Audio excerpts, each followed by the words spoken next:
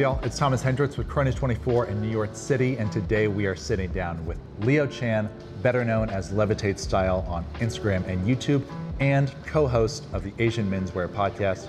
Leo, thanks for having us, man. Thanks for coming by. We got a beautiful setting, we got some beautiful watches here. I say let's just get right into it. Let's do it. So you on your channel are mainly known for dishing out style advice, travel advice, and a few other things in between as well. So I want to go through the watches that you have and really how you wear them as well. But first, what are you wearing today? I am wearing the Zodiac. This is a smaller watch here. I really love the shape of the watch. And this has really become my everyday watch just because smaller size, more casual, and kind of just goes with everything that I wear these days. I love the K-shape. It's got nice little angles and it's very, very versatile and works well with the Prada jacket as well. Oh yeah, well you know, I planned that. So let's see, so what came first for you? Was it the watches or the style stuff? I'm an immigrant from Hong Kong, so I was the first in my family to go to college. So I was like, okay, I have to get a good job out of college. Yep. So I studied accounting and I ended up working in finance, worked at Morgan Stanley and Barclays Bank. And that's kind of where my style journey took off. Which is a big part of the job if you're in finance. Oh, is what yeah. you gotta look the part. And there's a lot of rules, a lot of secret codes there. Definitely, definitely. And I guess along the way with fashion, then you're like, well, what about watches? What about all the other accessory? How to complete the whole look? And so that's really how I think my love for watches began. So in the corporate world, working your way up, you need a watch to match. Which one do you go for? This was actually my first luxury watch purchase. And this has a lot of meaning behind it. This is the IWC Portugueser. So there's a lot of story behind this one. This was to celebrate my 30th birthday. You know, I figure it was a big milestone. So why not get a luxury watch to celebrate that? Exactly, yeah. And more so behind that, growing up as an immigrant, I don't have a watch that was passed down to me. You know, my parents, my family was all about surviving and, you know, making sure that the kids go to school and get a job. And so I understand that. And I think part of celebrating my birthday, but also celebrating what my parents had to do to get me to this point in my career. And also to celebrate leaving the corporate world of finance and going into this creative field as a fashion content creator. I think part of it is because a large part of my style, my fashion, I wear a lot of suits, I wear a lot of tailored looks. So I definitely wanted something that was dressy. I wanted something that really had that luxury look and feel to it. But I love just how timeless and classy it looks. Especially, I love the colors. The design behind this one. Yeah, it's very clean, but once you look, we got little rose gold accents, we got some blue steel chronograph hands in here as well. And I think it probably makes it more versatile for you, I would imagine. I think this is one of those watches that like, it's a nice, subtle, but a good statement piece on its own, so I can really dress this up or down. And it's fun because like, you know, I feel like when you're in a room of other people at events, everyone knows Rolex. But when they see IWC, they actually really appreciate it. And I've had conversations with executives and CMOs and CEO because I was wearing this watch. And it wears really well too. Like this is, you know, it's not a small watch, but it's a lot thinner than you'd expect. It sits very close to the wrist, and even the lug is not too expansive. So you get a bigger dial here, of course, you know, with very little bezel, and the white kind of makes it feel or look a little bit bigger, but on the wrist, it's like you barely even notice that it's there. So moving on from here, let's get to one that probably has another personal connection to you, another Hong Kong star coming out, Mr. Bruce Lee. Let's pick up the Seiko and let's talk about this guy. This next one here is the vintage Seiko Bruce Lee. This is the reference number, I believe, is 6139. I came across some watch interviews, and I've seen other Asian stars like Daniel Dae Kim and Ronnie Chan, the comedian. In their interviews, they mentioned this watch, and now all of a sudden I was like, wait a minute, what is this watch that they're talking about? And what's crazy is this exact reference number and the style is based off of like very rare vintage photos of Bruce Lee. They have these websites that really does the research and kind of track down like, these are the years this photo was taken in this year. The internet sleuth community is strong. Impressive. So this watch has really become such a, if you know kind of watch. Yep.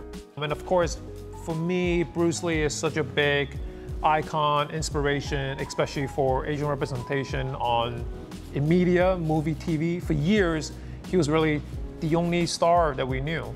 And so having that history with the watch and wearing that really feels like the power of Bruce Lee on my wrist. Yeah. For me, I love wearing this with kind of like my personal favorite style. So I love wearing just a black t-shirt with a leather jacket. For this more of a casual look, I like to pair this with a pair of sneakers. So actually before collecting watches, I collected sneakers. Yeah. So growing up, I have like a whole Jordan sneaker collection, Nikes and all that. So for this kind of watch, I love to pair it with a pair of Jordans to kind of complete this whole New York City uniform look for me.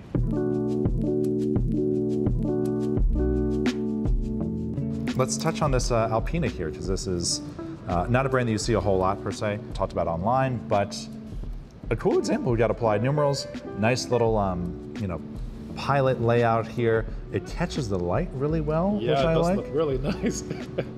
So this one, I figure I had to throw in a pilot's watch, of course. We've got some chronographs so far. I just love the bold details on that with the tan, beige coloring. What's really cool about this one Show me. is the Hunter case back. So I love the sound, right? Like, that's fun. Like, this is like a little party trick when someone's like, what's an automatic watch? And you kind of just, boom, open that up. And I just love that, because like normally these watches, you know, it's just like a see-through in the back. I love that this has that opening. This is definitely for me more weekend casual, weekend getaway kind of watch. And it looks good even just with a plain t-shirt and jeans, because this is like the statement on its own. Yeah, very classic styling, very legible as well. I mean, just what you'd want in a pilot's watch. Let's get to a bit of a heavy hitter here. What do we got next? We got the iconic Tag Heuer Monaco. Yep. The King of Cool, Steve McQueen. Yeah. So for me, I feel like this is a watch that's kind of like you love it or you hate it.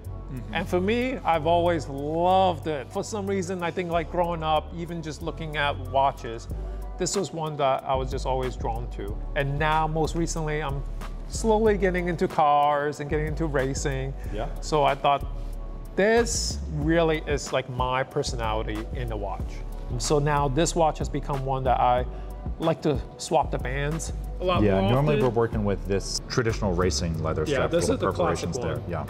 With the Heuer in the back there. Which I think this span, a little more neutral, probably makes it easier to style as well. This is like very, very heavily vintage, I would say. Like sure. a little, you know, on the, it's just very 60s and it's hard to pull that out. How do you wear this day to day? So this one is another one of my favorite personal styles that I like to wear in the city. T-shirt again, because comfort. But that's really like my uniform. I like to wear this with anything from a blazer with t-shirt, pair of jeans, and loafers. That to me is kind of like my personal style. A little like high-low kind of sweet spot. It's just so different. You know, I think like you can dress up or down with this one, and it's just so distinctive. You can see this from across the room. Yeah.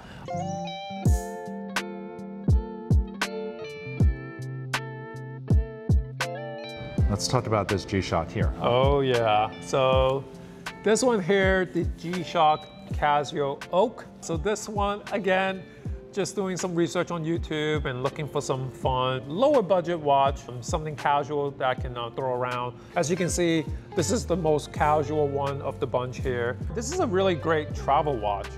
Just something light that I can wear, but it's fun. I think this is one of those like G-Shock that people love on the internet. Yeah. And rightfully so, because it's something fun, it's flashy, but it's only like 200 bucks. Now I get a pretty distinctive like streetwear kind of vibe from this. Wardrobe-wise, how does this fit into what you do? So for sure, this is the most casual one. I would wear this with a hoodie, t-shirt, and I like to wear it with my nice pair of joggers and some sneakers, and that's exactly like my travel airport look, but also just something when I'm just on the weekend running out or a quick errand. It's a great just like pick it up and put it on kind of watch. Oh yeah, but still looking good. That's the whole thing, right? It's casual, not trying too hard, but at the same time still look great. Yeah, which is good. It's like, and I think there's a lesson there. It's like you get good watches that you think about a lot when you get it, and then after that you don't. It's just you just get up and put it on, and that's it, and you're ready to go, and you're looking good.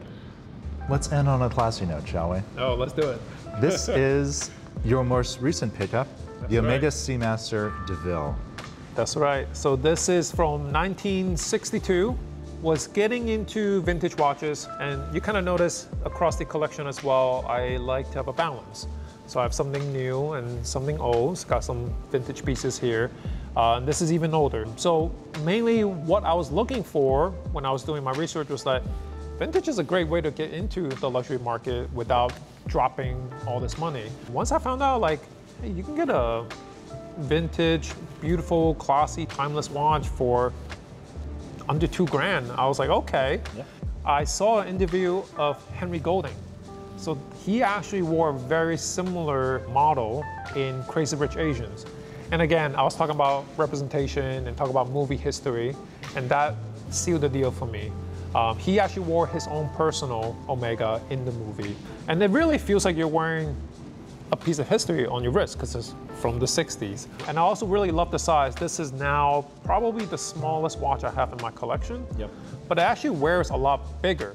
This is like a 34, 35, but it doesn't feel that way. I feel like it's like the perfect dress watch that you can wear with a suit. It won't be too big or too small. It just is, right? Yeah. I think the longer lugs help. The lighter dial and the smaller bezel help it feel a little bit more expansive.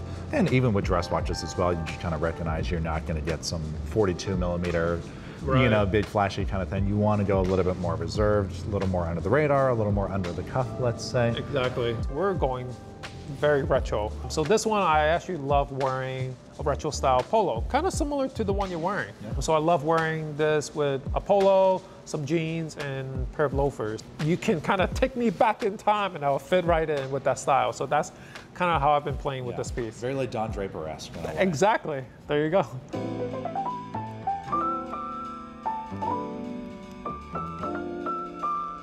Leo, what I love seeing about your collection is there's such a variety between dressy and casual, vintage, modern. You really have something for everything. Thanks for sharing them with us and sharing them how you style them as well. Yeah, of course.